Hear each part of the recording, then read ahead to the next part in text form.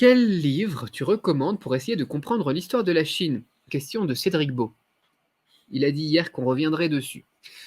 Donc, question qui était posée hier, et je recherchais le nom des livres justement que moi j'avais bien aimé et sur lesquels j'avais passé beaucoup de temps, surtout dans les années entre 2005 et 2010. Il y avait Henry Kissinger, ou Henry Kissinger, si tu le dis à la française.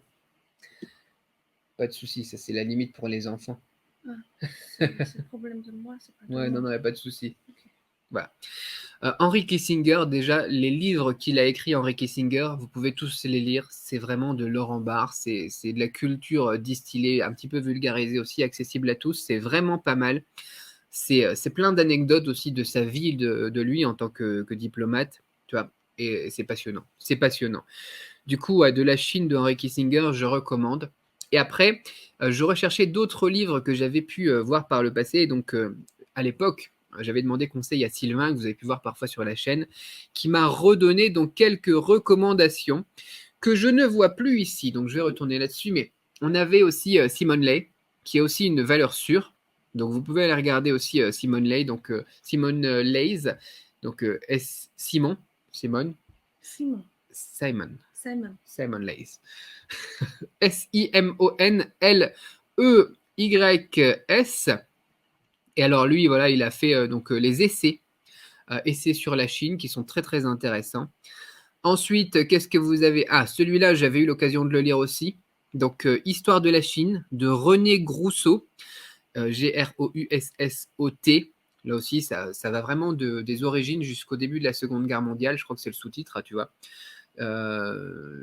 Non, c'est donc sur Amazon. Voilà, Amazon, Histoire de la Chine, des origines à la Seconde Guerre mondiale. Comme ça, c'est bon. Donc là aussi, c'est intéressant pour voir donc, les choses les plus importantes au niveau de l'histoire de la Chine.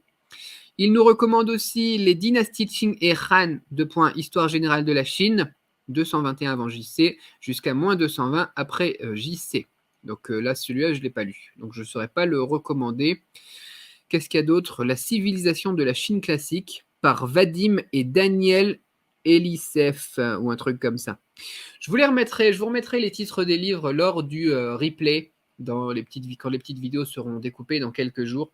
Comme ça. Si vous en avez d'autres aussi à recommander au niveau de l'histoire de la Chine, laissez-les dans les commentaires et partagez-les vous les uns les autres. Mais moi, vous avez mes recommandations. Donc, Henry Kissinger, je vous ai mis déjà celui que je préfère. Il est affiché ici, juste en dessous de l'écran, là.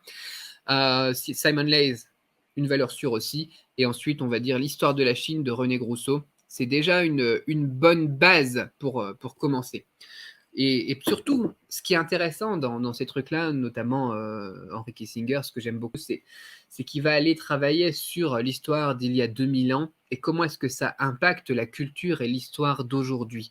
Et c'est juste passionnant. C'est juste passionnant. On en parlait aussi la dernière fois. Tu vois, la Chine, c'est 5000 ans de culture, c'est des milliers d'années d'écriture, c'est tellement de choses en finale à évoquer et qui s'entremêlent les unes les autres, les religions, on avait parlé du taoïsme, etc. Et c'est justement intéressant d'aller travailler aussi l'histoire de la Chine de cette manière-là. Donc voilà nos recommandations. Du coup, je vais pouvoir continuer les commentaires maintenant qu'on a traité ça. Je peux finir tranquille. Je vais mourir en paix. Dormir en paix en tout cas.